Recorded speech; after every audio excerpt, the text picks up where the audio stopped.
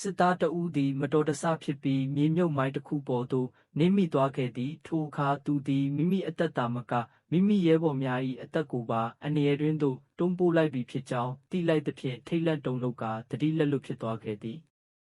ခဏအကြာတွင်ထိုတပ်စု၏ဗိုလ်ကြီးရောက်ရှိလာပြီးမိုင်း၏အနက်ကိုသိရှိနိုင်ရန်အတွက်တစ်သားချောင်းလေးတစ်ခုဖြင့်မိုင်းပတ်လည်ရှိမြေကြီးများကိုစတင်ဖယ်ရှားခဲ့သည်ထိုအခါမှသာထိုမိုင်းမှာအလွန်ကြီးမားနေသဖြင့်ဖြုတ်ပြရန်မဖြစ်နိုင်တော့ကြောင်းအားလုံးကနားလည်လိုက်ကြသည်ထို့နောက်ဗိုလ်ကြီးသည်စစ်သားအားလုံးကိုနောက်သို့ဆုတ်ရန်အမိန့်ပေးလိုက်ပြီးမိုင်းနှင်းထားမိသည့်စစ်သား၏နေရာတွင်သူကိုယ်တိုင်အစားထိုးဝင်ရောက်ရန်ပြင်ဆင်လေသည်ဗိုလ်ကြီးကတစ်ခုနှစ်ခုသုံးဟုရေတွက်လိုက်ချိန်တွင်ခြေထောက်ကိုအမြန်ကြွရန်ထိုစစ်သားကိုညွှန်ကြားခဲ့သည်ဗိုလ်ကြီး၏ညွှန်ကြားချက်အတိုင်းစစ်သားကခြေထောက်ကိုကြွလိုက်သည်နှင့်တပြိုင်နက်ဗိုလ်ကြီးသည်သူ၏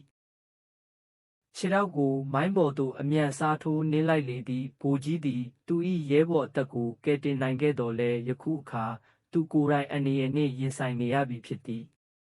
ရုတ်တရက်ဗိုလ်ကြီးသည်ဟန်ချက်ပြတ်သွားကာသူ၏ခြေထောက်တစ်ဖက်မှမိုင်းပေါ်မှလွတ်ထွက်သွားခဲ့သည်ထိုမြင်ကွင်းကိုကြည့်ပြီးအားလုံးကထိတ်လန့်သွားကြသည်ထိုအခါဗိုလ်ကြီးသည်မိုင်းပေါ်တွင်ခုန်ပေါက်ပြလေတော့သည်သို့တော်လဲမိုင်းမှာပောက်ကွဲခြင်းမရှိခဲ့ပေအကြောင်းမှာထိုမိုင်းမှာအစကတည်းကအသုံးမရတော့သောရန်မရှိသော